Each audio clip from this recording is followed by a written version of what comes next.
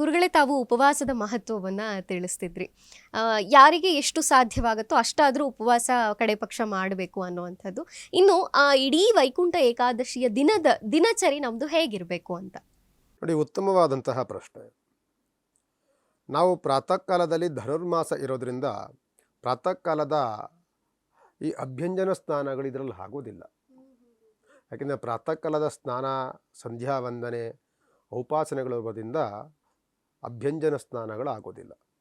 ಸ್ನಾನಾದಿಗಳನ್ನು ಮಾಡಿ ಮಡಿಯನ್ನುಟ್ಟು ನಂತರದಲ್ಲಿ ನಿಮ್ಮ ಭಗವಂತನ ಮನೆದೇವರ ಸ್ಮರಣೆಯನ್ನು ಮಾಡಿ, ಮತ್ತು ನಿಮ್ಮ ಮನೆಯ ಹತ್ತಿರದಲ್ಲಿ ಎಲ್ಲಿ ಮಹಾವಿಷ್ಣುವಿನ ಒಂದು ಆಲಯಗಳಿರುತ್ತೋ ಅಲ್ಲಿ ಹೋಗಿ ನಿಮ್ಮ ಕುಟುಂಬದ ಹೆಸರಿನಲ್ಲಿ ತುಳಸಿ ಅರ್ಚನೆಯನ್ನು ಅಥವಾ ನಿಮ್ಮ ಕುಟುಂಬದ ಹೆಸರಲ್ಲಿ ಏನಾದರೂ ಬೇರೆ ಬೇರೆ ಸೇವಾದಿಗಳನ್ನು ಮಾಡಿ, ಅನಂತರದಲ್ಲಿ ನಮಗೆ ಸಾಧ್ಯವಾಗದಲ್ಲೇ ಇದ್ರೂ ಪರವಾಗಿಲ್ಲ, ನಮಗೆ ಅಷ್ಟು ಶಕ್ತಿಗಳಿಲ್ಲ ಅಂತಂದರೂ ಪರವಾಗಿಲ್ಲ, ಭಗವಂತನ ಒಂದು ದರ್ಶನವನ್ನು ಮಾಡಿ ಅವನ ಒಂದು ಸ್ಮರಣೆಯನ್ನು ಮಾಡಿಕೊಳ್ಳೋದ್ರಿಂದ ಆ ದಿನ ಭಗವಂತ ಪ್ರತಿಯೊಬ್ಬರಿಗೂ ಸಹ ಅನುಗ್ರಹವನ್ನು ನೀಡ್ತಾನೆ.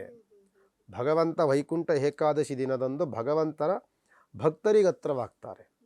ಭಕ್ತರಿಗತ್ರವಾದ ನಂತರದಲ್ಲಿ ಭಗವಂತ ಪ್ರತಿಯೊಬ್ಬರಿಗೂ ಸಹ ಅವರಿಗೆ ಏನು ಬೇಕು ವರವನ್ನು, ಅವರು ಕೇಳಿದಂಥ ಇಷ್ಟಾರ್ಥಗಳನ್ನು ಫಲಿಸುವಂತಹ ಅನುಗ್ರಹವನ್ನು ಭಗವಂತ ಕೊಡ್ತಾನೆ. ಆದ್ದರಿಂದ ಬೆಳಗ್ಗೆ ಪ್ರಾತಃ ಕಾಲದಲ್ಲಿ ಎದ್ದ ನಂತರದಲ್ಲಿ ನೀವು ಏನು ನಿತ್ಯ ಕರ್ಮಾದಿಗಳನ್ನು ಅಂದರೆ ಸಂಧ್ಯಾ ವಂದನೆಗಳು, ಪೂಜೆಗಳು ಏನೋ ಮಾಡ್ಕೊಂಡು ಬರ್ತೀರಿ. ಅನಂತರದಲ್ಲಿ ದೇವಾಲಯಗಳಲ್ಲಿ ಜಾಸ್ತಿ ನೀವು ಸಮಯವನ್ನು ಕಳಿಬೇಕು. ದೇವಾಲಯಗಳಲ್ಲಿ ಸಮಯವನ್ನು ಪಡಿ. ಭಗವಂತನ ಸ್ಮರಣೆಯನ್ನು, ಭಗವಂತನ ದರ್ಶನವನ್ನು ಎಷ್ಟು ಮಾಡಿದ್ರೂ ಅವತ್ತು ದರ್ಶನ ಸಾಕಾಗೋದಿಲ್ಲ. ನೀವು ಒಂದೊಂದು ಆಲಯಗಳಲ್ಲೂ ಸಹ, ಒಂದೊಂದು ದೇವಸ್ಥಾನಗಳಲ್ಲೂ ಸಹ ವಿಶೇಷವಾದಂತಹ ಆಕರ್ಷಣಾ ರೀತಿಯಲ್ಲಿ ಅಲಂಕಾರಾದಿಗಳನ್ನು ಮಾಡ್ಕೊಂಡಿರ್ತಾರೆ. ಆ್ಯಕ್ಚುಲಿ ಏಕಾದಶಿಯ ದಿನ ಅಲಂಕಾರ ಇರೋದಿಲ್ಲ ಅಂತ ಹೇಳ್ತಾರೆ, ಆದರೆ ಈ ಒಂದು ಏಕಾದಶಿ ಮಾತ್ರ ವಿಶೇಷವಾಗಿ ಭಗವಂತನನ್ನು ಅಲಂಕಾರ ಮಾಡ್ತಾರಲ್ವ ಗುರುಗಳೇ? ಶುಕ್ಲ ಪಕ್ಷದ ಧನುರ್ಮಾಸದ ಏಕಾದಶಿಗೆ ವಿಶೇಷವಾದಂತಹ ಒಂದು ಫಲ ಸಿಗತ್ತೆ.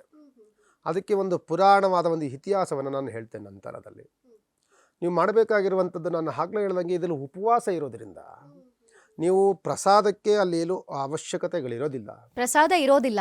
ಇದ್ದರೂ ಸಹ ಏನಾದರೂ ಒಂದು ಲಾಡು ಕೊಡ್ಬೋದು ಅಥವಾ ಅವಲಕ್ಕಿಯಿಂದ ಮಾಡಿದಂಥ ಏನಾದರೂ ಪ್ರಸಾದವನ್ನು ಕೊಡ್ಬೋದೇ ಹೊರತು ಇಲ್ಲಿ ಅನ್ನ ಬೇಯಿಸಿದಂತಹ ಯಾವುದೇ ಪದಾರ್ಥಗಳನ್ನು ಸ್ವೀಕರಿಸಬಾರದು ಆ ಉಪವಾಸದ ದಿನದಂದು. ಉಪವಾಸ ಮಾಡುವಂಥವರು ಮಾತ್ರ.